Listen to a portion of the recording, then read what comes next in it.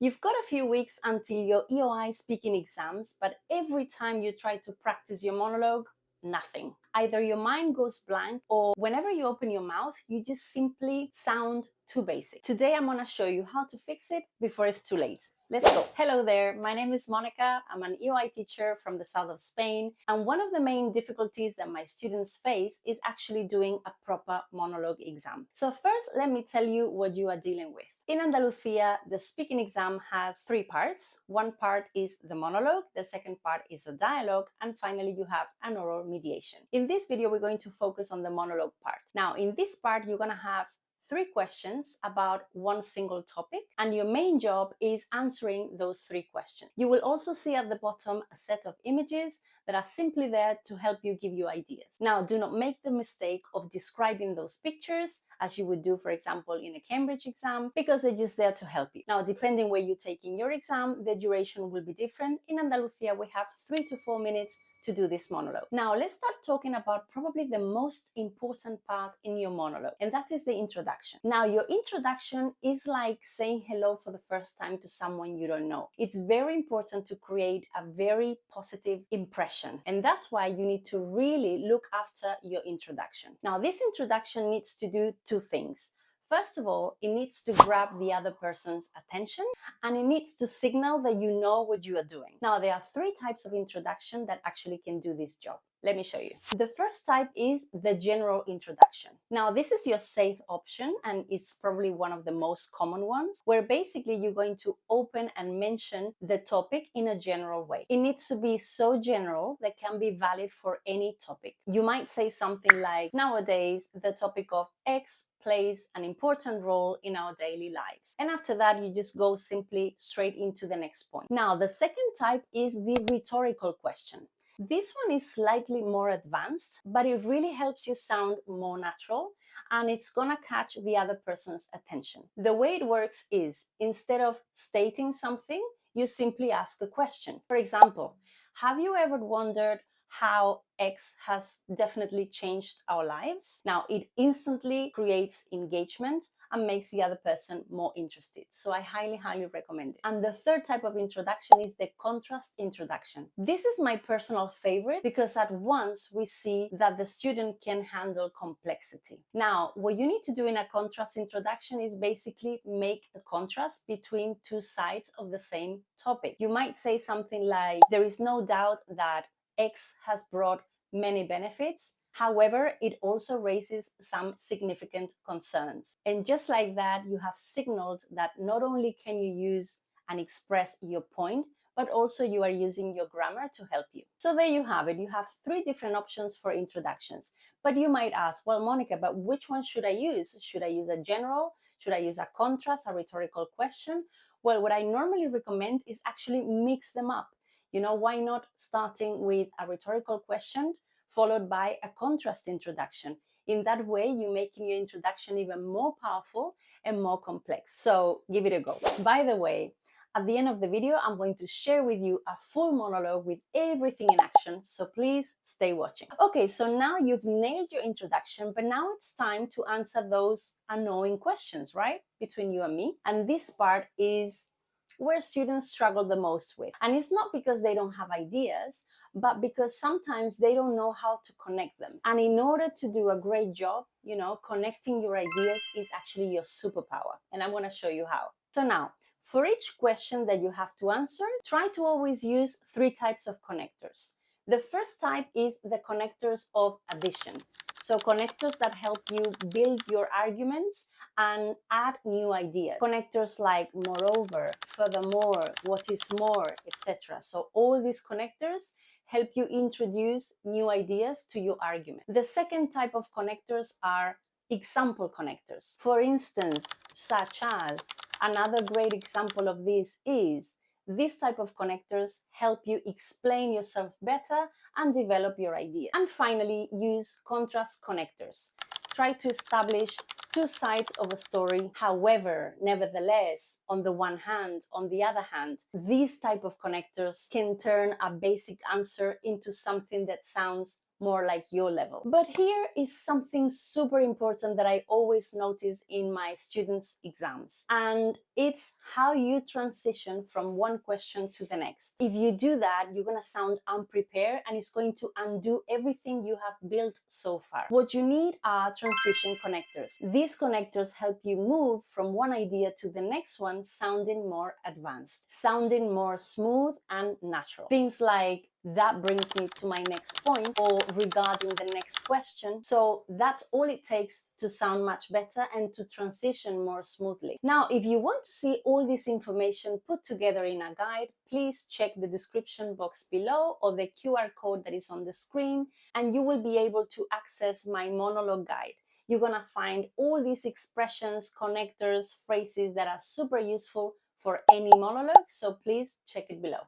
But let's keep going because we're not done yet. Okay, so at this point you have done your introduction, you have answered your 3 questions, and your connectors are doing their job. But there is a difference between a monologue that passes and a monologue that actually impresses. And the difference comes down to 2 important things that most students don't realize. The first one is what I call phrases to impress. These are fixed expressions that native speakers use all the time that are very natural, and the most important thing, they are good and valid for any topic, so you can use them in any situation. Examples of these phrases are: this is easier said than done, this is a double-edged sword, or it goes without saying that, blah, blah, blah.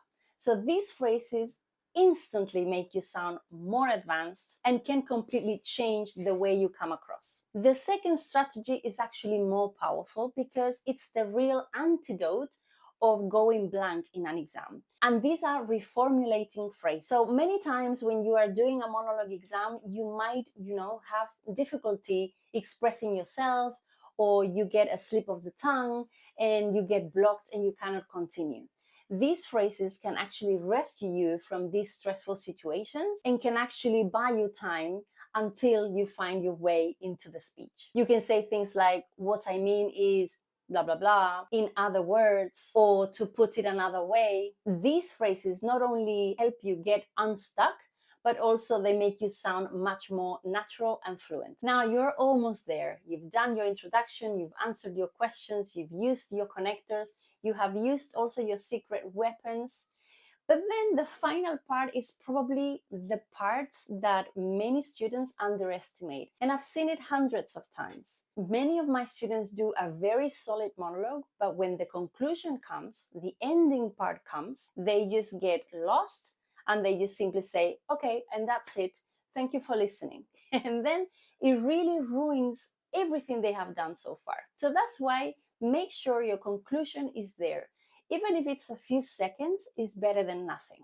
And what you need to do in your conclusion is basically kind of summarize what you have said at the beginning, especially in your introduction, but with other words. In order to signal that the conclusion is coming, you need to use some conclusion connectors. For example, all in all, in a nutshell, to sum up. And think about it like this. The introduction is the first impression that the examiner gets when they listen to you, but your conclusion is the last chance to leave them with the impression that you know what you are doing. The good news is that you can prepare your conclusion in advance, and it's going to work with almost any topic. So you can pick a couple of phrases that are going to help you in every single monologue. For example, if the topic was health, you could say something like, all in all, taking care of our health is something we should all do, but as we often say, it's easier said than done. The key, in my opinion, is to make small changes that work in the long run. There you go. That's all you need, and no more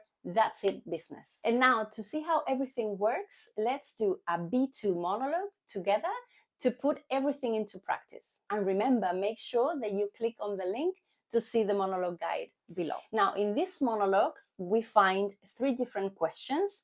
The first question is, do you agree that life in prison is too comfortable, easy, and largely ineffective? So let's begin answering that with an introduction. There is no doubt that the topic of crime and punishment is a topic that affects us all in today's society. And it's something that raises important questions about justice, rehabilitation, and the role of society. And now we're going to move on answering the first question.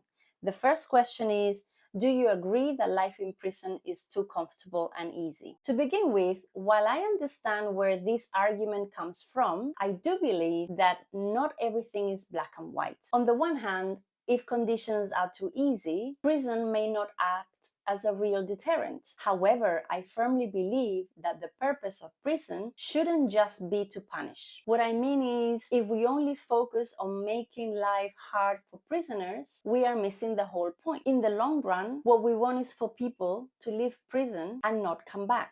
And now we continue answering the second question. Do you think sending people to prison reduces the rate of reoffending? That brings me to my next point, whether prison actually reduces reoffending. To be honest, the evidence suggests otherwise. Moreover, many studies show that a large percentage of people who go to prison end up reoffending just a few years later. And this is where it actually gets really interesting, because it forces us to question the whole system. Let me rephrase that. Prison, as it currently exists in many countries, seems to be more of a revolving door rather than a real solution. And now it's time to answer question 3. The third question says, what are other alternatives to sending criminals to prison? Now, I would like to focus on a different point, the alternative. Community service, rehabilitation programs. These are just approaches that help people reintegrate into society rather than actually removing them from it. For instance, countries like Norway have highly invested in rehabilitation and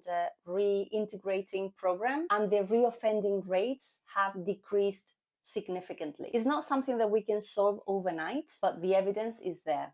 And now it's time for our conclusion. All in all, I believe that our approach to crime and punishment needs a serious rethink. Taking everything into account, the goal should not make prisoners suffer. It should be to make sure they never reoffend again. And in my opinion, that requires education, support, and a willingness to see that criminals are people that are likely to change. And that's exactly what a well-structured monologue looks like for EOI.